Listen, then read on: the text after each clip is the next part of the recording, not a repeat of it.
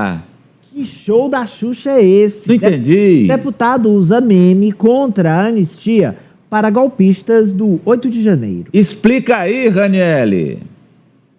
Tinha que ser o deputado irmão do prefeito, que, na verdade, é um grande influenciador das redes sociais. Bom, o deputado Pedro Campos, do PSB de Pernambuco, irmão de João Campos, prefeito reeleito de Recife, ele ontem, durante a discussão desse projeto que pretende anistiar os presos que participaram da tentativa de golpe do 8 de janeiro do ano passado, ele disse que, na verdade, esses presos, sim, cometeram golpe e não querem pacificar a situação.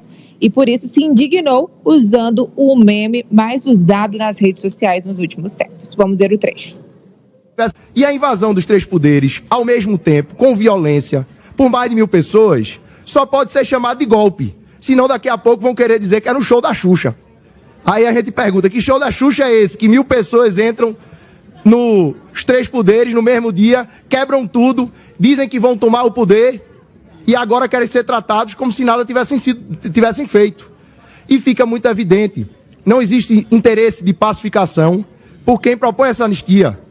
Vocês não vão retirar as assinaturas de impeachment que vocês têm dos ministros do STF, vocês não vão parar de fazer oposição ao governo Lula, vocês não vão parar de radicalizar na fala, no discurso, não tem interesse de pacificação nenhum.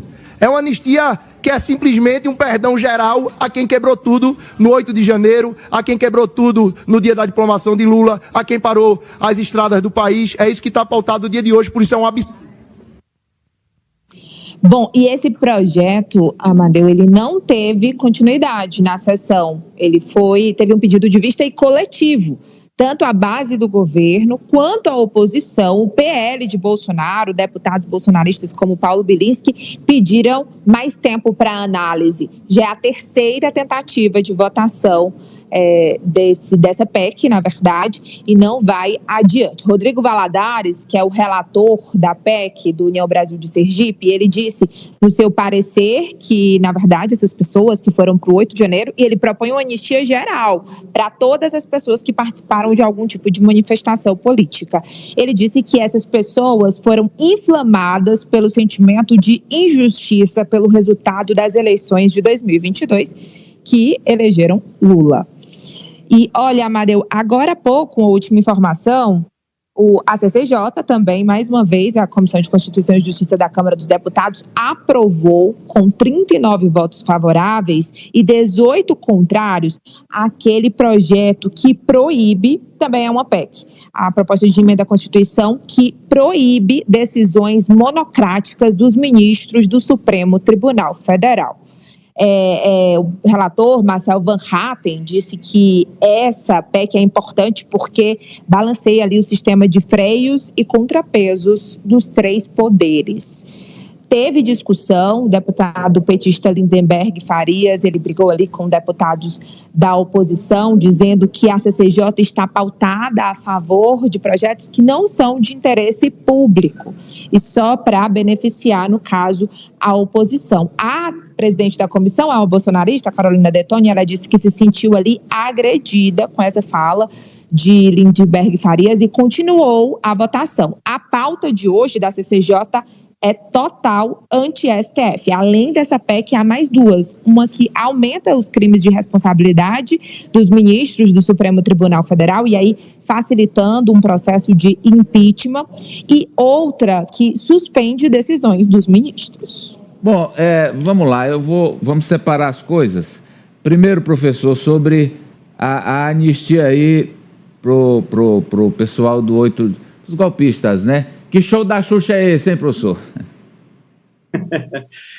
Foi bem destacado, né, pelo deputado de Pernambuco, aí, a questão de que é diferente de outros. Nós já tivemos outras anistias na história do Brasil, 1979, por exemplo, se puxar 1945, mas eram conjunturas muito diferentes que a atual. né? Na verdade, essa anistia é para encobrir crimes gravíssimos contra o Estado Democrático de Direito. Então, é um artifício que eles usam numa medida que é para que o país se reencontre, né, que é uma anistia, historicamente, para proteger ações criminosas. Então, é o oposto ao que eles propõem, e eu acho que dificilmente isso passa no plenário, acho que dificilmente o passa. E os deputados estão legislando contra eles mesmos, porque uma das vítimas da agressão foi a Câmara, o poder legislativo, aliás, né, Câmara e Senado. O poder legislativo foi vítima pesada dessa balbúrdia, dessa delinquência do 8 de janeiro. Agora, professor, eu pergunto sobre essas outras decisões aí, uma delas já tomada pela CCJ e as outras duas que a Ranieri manifestou, entendo eu, todas absolutamente inconstitucionais. Tornar a decisão monocrática de proibir e rever, tornar o Congresso Corte Revisora do Supremo, outra loucura inconstitucional, né, professor? Tudo isso não passa. Se passar, tiver o quórum constitucional na Câmara e no Senado, com o número de votações necessárias numa casa e em outra, eu acho improbabilíssimo que isso ocorra, isso é derrubado no próprio Supremo Tribunal Federal, porque no artigo 102 diz que o guardião da Constituição é o Supremo Tribunal Federal. Então, agora, o que eles fazem é virar uma bagunça danada, é transformar a CCJ, a senhora que preside é absolutamente incapaz, não conhece absolutamente nada de Constituição, de democracia, de Estado Democrático de Direito, é um absurdo, quer dizer, não ter mais decisões monocráticas. Como o que pode se discutir, sim, é que a decisão monocrática ela tenha um tempo, entre aspas, de vida antes que seja apreciada pelo Pleno. Aí tudo bem. Agora, cancelar, impedir decisões monocráticas é um verdadeiro absurdo tal. Por outro lado, aumentar os crimes de responsabilidade atribuídos aos ministros do Supremo Tribunal Federal é um golpe tão primário que é no sentido de ampliar a possibilidade de impeachment dos membros, dos ministros do Supremo Tribunal Federal. É uma enorme bobagem também. Vale lembrar que só quem pode processar e julgar os ministros do Supremo Tribunal Federal de acordo com a Constituição é o Senado Federal, somente ele. É uma atribuição, portanto, exclusiva do Senado Federal. Essas medidas, eu acho que dificilmente elas passam, né, obtêm o quórum constitucional e também elas são eivadas de inconstitucionalidade. Agora, o tempo que eles perdem para fazer essa conspiração cotidiana quando o Estado Democrático de Direito bate de frente com a anistia. Quer dizer, eles querem anistiar criminosos que tentaram um golpe de Estado com ações criminosas que, no fundo, levam a outro golpe de Estado. Só que, ao invés da destruição dos prédios, da Praça dos Três Poderes, é a destruição, especialmente, da Constituição Cidadã. O que você destaca aí, Francis, por favor? Amadeu, é uma afronta ao Supremo Tribunal Federal e também é uma resposta àquela base de eleitores extremistas que durante a eleição ficaram cobrando esses deputados federais e senadores ações contra ministros do Supremo Tribunal Federal. Concordo com o professor Vila, não passa, mas só de ter ali a Carolina Detoni como presidente da CCJ, a gente vê o nível rasteiro que o nosso Congresso Nacional tem atualmente e que baliza, que coloca em pauta propostas como essa, quando questões importantes, pautas econômicas, pautas que modificam de fato a vida do povo brasileiro, são arrastadas para debaixo do tapete e eles não votam, não discutem, eles impactam aí essa base do eleitorado com essas pautas da militância extremista bolsonarista. É mais uma justificativa deles para a base extremista, Apoliana? Claro, e não tem nada de show da Xuxa, não. É show de horrores mesmo, que a gente tem visto no Congresso Nacional ultimamente, Amadeu.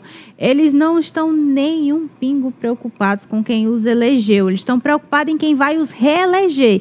É diferente, né? Porque quando você é eleito, você assume um compromisso de trabalhar em prol de uma população, de uma cidade ou de um grupo da sociedade, mas não, eles não estão nem aí, eles estão preocupados em lacrar nas redes, em atender os líderes de partidos, em fazer algumas estratagemas para conseguir espaços, para conseguir emendas. Eles sempre estão querendo ganhar de alguma forma, mas fazer com que a população ganhe, eles não estão não preocupados, é um verdadeiro show de horrores. Amarrari. Eu classificaria como chantagem, porque vejam só, a PEC das decisões monocráticas, ela foi aprovada no Senado no final do ano passado, por volta de novembro, mais ou menos. E aí foi para a Câmara. E lá ela ficou estacionada, paralisadinha da Silva, até agosto desse ano. Por que o presidente Arthur Lira colocou para andar, tocou ali nela? Porque o STF decidiu sobre as emendas parlamentares. Quando o STF decidiu proibir a continuidade daquelas emendas sem transparência nenhuma, pôs um freio de arrumação, aí o Arthur Lira disse, é assim? Então eu vou desengavetar o pacote de maldades contra vocês, ministros do Supremo. Chantagem pura e simples. E o povo fica onde aí nessa história? Chupando o dedo. Atenção, Raniel.